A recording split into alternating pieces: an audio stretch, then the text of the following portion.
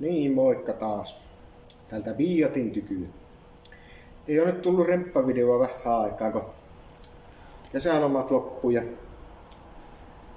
ei ole töitten jälkeen niin jaksanut roplata ja niin sitten on ollut kaiken maailman kommentusta tuon kuvauksen kanssa. Mutta kyllä tämä sarja jatkuu ja kävi justiin vähän hakemassa tarvikkeita, että jäähytinnestettä, jarrunestettä, mitä muuta. Uusi pensaasuojat, niin mä vielä yritän. Mä laitan uutta pensaa ja vielä yritän käyntiä sillä tavalla ja jos se auta, niin kyllä mä sitten alan purkaa sen kaasarin. Mutta niin. Tässä on vielä yksi jarru laittamatta. Niin katsotaan, mä sen laitan ja kuvaan ja teen sitten uuden jakson. Alttakaa odottaa, kyllä täällä vielä tulee. Niin, tosiaan tuosta kaasarista on tullut paljon tuonne videon kommenttia, että kaikki ehdotukset toista, että kaasari irti ja purkaa ja putsata se. Ja no en ole vielä siihen lähtenyt vieläkään.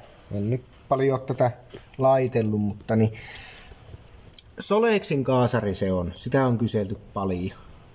Niin, Solexi se on. Ja mitä tiedän nykypensoista, niin sekö vanhenee, niin sinnehän tulee semmoista raetta, tökkää, mitä se olisi, semmoista kalkkijuttua, niin se voipi olla, että mä joudun tuon käyttää auki. Mutta nyt tietäjät siellä niin, että jos mä nyt puran tuon kaasuttimen, niin tarviiko muostaa siihen tiivistesarja, joku huoltosarja.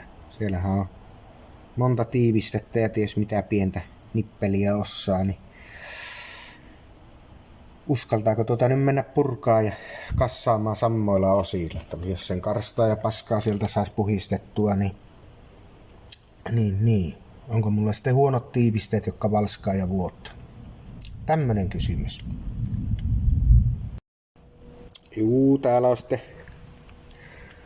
takajarru jo valmiina toiselle puolelle. Tässä nyt sitten on käynyt semmosia hassuja kommelluksia meikäläisellä, että ei ole saanut tästä semmoista videokuvaa, mutta niin minäpä koitan kuvata tuon toisen puolen sitten vähän paremmin. Tässä ehkä tänä viikonloppuna, jos pääsis roplaamaan taas tätä. Ja etujarruthan on laitettuna jo ja niistä tulee nyt sitten videoa. Täällä näkyy näitä vanhoja osia. Saamariko tulee niin vaakasa vettä, että täällä kastuu täällä hallisakin kaikki.